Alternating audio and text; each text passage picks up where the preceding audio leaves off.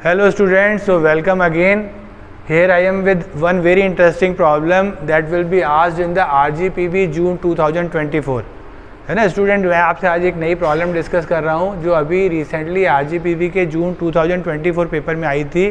और आप देखते हैं आजकल कई बार कुछ थ्योरेटिकल क्वेश्चन भी आते हैं जो कॉन्सेप्ट बेस्ड हैं। ये भी बड़ा एक इंटरेस्टिंग प्रॉब्लम है। ज़रा आप प्रॉब्लम को रीड करिए कि the problem will be like this, name the methods which are employed to determine the true length and the true inclination of a straight line.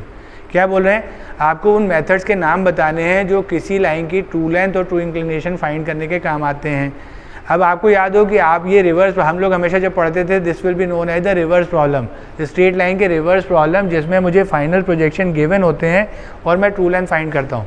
तो जो मेथड आपको याद नहीं है, पता नहीं, मुझे नहीं मालूम आपको मेथड का नाम मालूम है कि नहीं, जो मेथड पहला आप यूज करते हैं that is known as the rotation of the view method.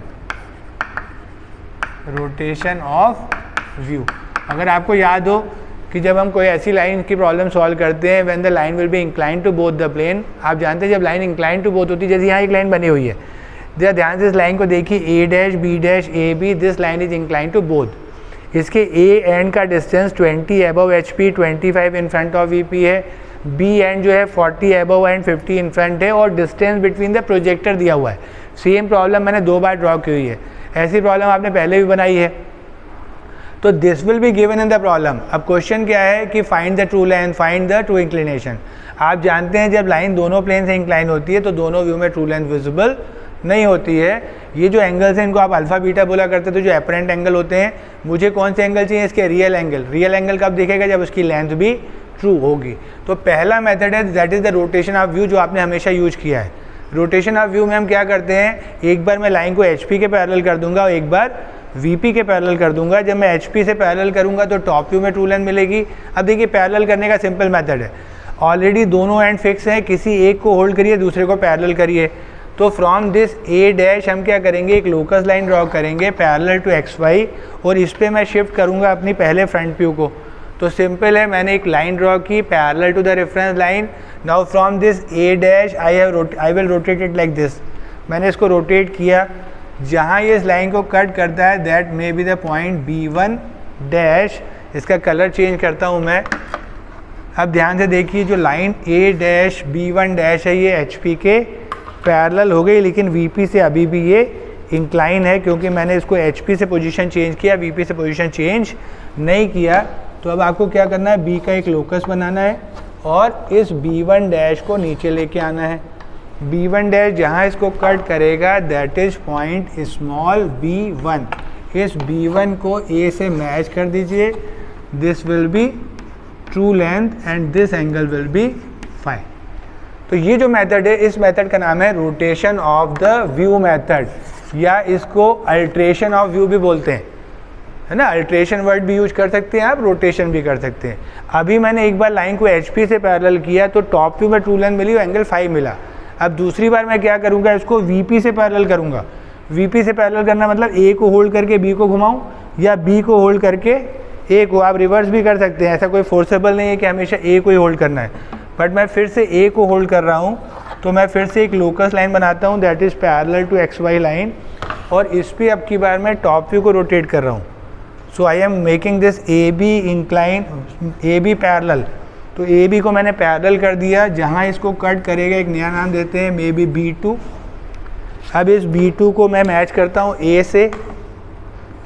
अब देखिए लाइन क्या हो गई, VP के पैरेलल है, ये HP से अभी भी इंक्लाइन है, तो HP से इसका डिस्टेंस चेंज नहीं होगा। एक लोकस लाइन बनाइए B डैश की, और B2 को अपसाइड लाइए यहाँ तक, जहाँ इसको कट करेगा that is point small B2 dash. Match कर दीजिए, again you will get the true length and angle theta. ये बड़ा सिंपल मेथड है। क्रॉस चेक करना है, जैसे लाइन में मैंने आपको हमेशा बताया कि लाइन की प्रॉब्लम्स ऑलरेडी क्रॉस चेक हो जाती है। चेक करिए, यहाँ की ट्रू लेंथ और यहाँ की ट्रू लेंथ बिल्कुल एग्जैक्टली बराबर आएगी, दोनों बार ट्रू लेंथ। अब आपको ट्रू लेंथ मिल चुकी, थीटा मिल चुका, फाई मिल चुका। तो ये मेथड है एक मेथड जब हमको किसी लाइन की ट्रू लेंथ फाइंड करनी होती है या फिर ट्रू इंक्लिनेशन फाइंड करना होता है। एक और मेथड है, second method, that is known as trapezoid method. ये ट्रेपेजॉइड मेथड बड़ा शॉर्ट फॉर्म है, हमारे एक मेथड का जिसको बोलते हैं change of reference line method, है ना, वो मैं अगली बार कभी किसी प्रॉब्लम में यूज करूँगा। अभी मैं ट्रेपेजॉइड नेम से ही लाइन में यूज कर रहा हूँ।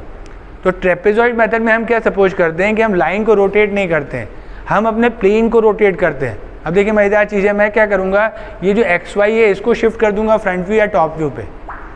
तो मैं फ्रंट व्यू टॉप व्यू को अगर एक्स वाई को वहाँ शिफ्ट कर दूंगा, मतलब अगर फ्रंट व्यू एक्स वाई पे आ गया, मतलब लाइन कहाँ हो गई, एच पी पे। अगर लाइन एच पी पे है तो आपको मालूम है उसका टॉप व्यू ट्रू लेंथ होता है। ऐसे ही अगर मैं एक्स वाई को ए बी पे शिफ्ट कर दूंगा तो लाइन वी पी पे हो जाएगी। If the line will be on the V P तो आपको मालूम है फ्रंट व्यू में ट्रू लेंथ होती है। तो चलिए पहले मैं वी पी पे शिफ्ट करता हूँ।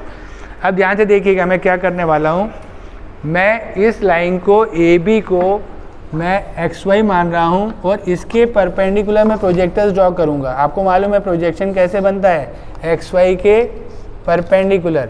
तो मैं इसके परपेंडिकुलर प्रोजेक्टर्स ड्रॉ करता हूँ। डिस्टेंस कहाँ से उठाऊँगा, पुराने व्यू से। आपको मालूम है जब नया व्यू बनता है, नए व्यू के डिस्टेंस नई एक्स वाई से पुराने व्यू के, ये तो ये 20 mm मैंने ऊपर से लिया, ये 20 mm। ऐसे ही यहाँ से ये 40 mm फ्रंट व्यू का, और इसको नीचे यहाँ कट करेंगे। तो दैट इज, अब ये जो दो पॉइंट मुझे मिल रहे हैं, this will B A1 dash and this will B B1 dash. ये 20 लिया और ये 40 mm लिया। इसके बाद इसको मैच कर दीजिए,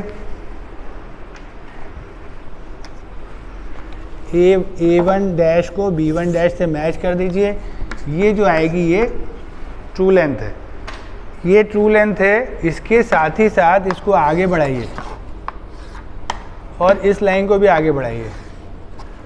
ये जो एंगल आएगा दैट विल बी थीटा, और जब थीटा मिलता है तो ट्रेस भी मिलता है। मज़ेदार चीज़ है ये, इस मेथड का सबसे अच्छा यूज जो है ट्रेपेजॉइड मेथड का, कि आपको ट्रेस भी मिल जाएगा। This point will B horizontal trace. तो तीन चीज़ें एक साथ निकाल ली मैंने, ट्रू लेंथ, थीटा और हॉरिजेंटल ट्रेस।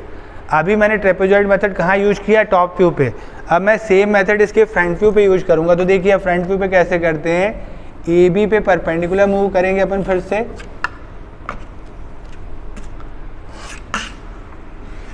डिस्टेंस इस बार कहाँ से लूँगा, पुराने टॉप व्यू से। तो पुराने टॉप व्यू का देखिए ये डिस्टेंस 25 था, तो ये 25 का डिस्टेंस, और दूसरा डिस्टेंस 50 था, तो यहाँ से 50 का डिस्टेंस है ना। प्रॉब्लम के ऊपर जा रहा है पर कोई दिक्कत नहीं है, आप इसको फॉलो करिएगा, आपसे बनेगा। So this point will B A1 बोलता हूँ इसको, और ये दूसरे पॉइंट को B1। A1 को B1 से मैच कर दीजिए। This will be the true length. आगे बढ़ाइए इसको, इसको भी आगे बढ़ाइए। ये जो एंगल होगा दिस विल बी फाई, और जहाँ ये दोनों कट करेंगे that point will be vertical trace. Cross check आप कर सकते हैं, दोनों ट्रू लेंथ देखिए सेम है, और यहाँ पे भी देखिए ये सेम है क्योंकि एक ही प्रॉब्लम था ये। तो चारों ट्रू लेंथ सेम है। ये मेथड बहुत इजी मेथड है, one of the easiest method to solve reverse problems. This is known as trapezoid method. इसी का एक और नाम है जो थर्ड मेथड है, मैं अभी नहीं यूज कर रहा हूँ, आप दो लिख के आइएगा एग्जाम में। देखिए अगर ये क्वेश्चन आता है आपको दोनों मेथड का एक एक फिगर बना के करना चाहिए। इसका ओरिजिनल मेथड है that is known as change of reference line method. Change of reference line का शॉर्टकट है that is known as trapezoid, जिसमें मैं व्यू को ही रेफरेंस लाइन मान लेता हूँ। अदरवाइज मैं चाहता तो एक नई रेफरेंस लाइन बनाता और उस पर पहले पैरेलल उसको ड्रॉ करने के बाद बनाता। आई होप आपको ये प्रॉब्लम समझ में आ रही होगी। ये 7 मार्क्स में आया था, तो आपको प्रॉपरली डिस्क्राइब करके दोनों मेथड यूज करके देखिए। Thank you very much.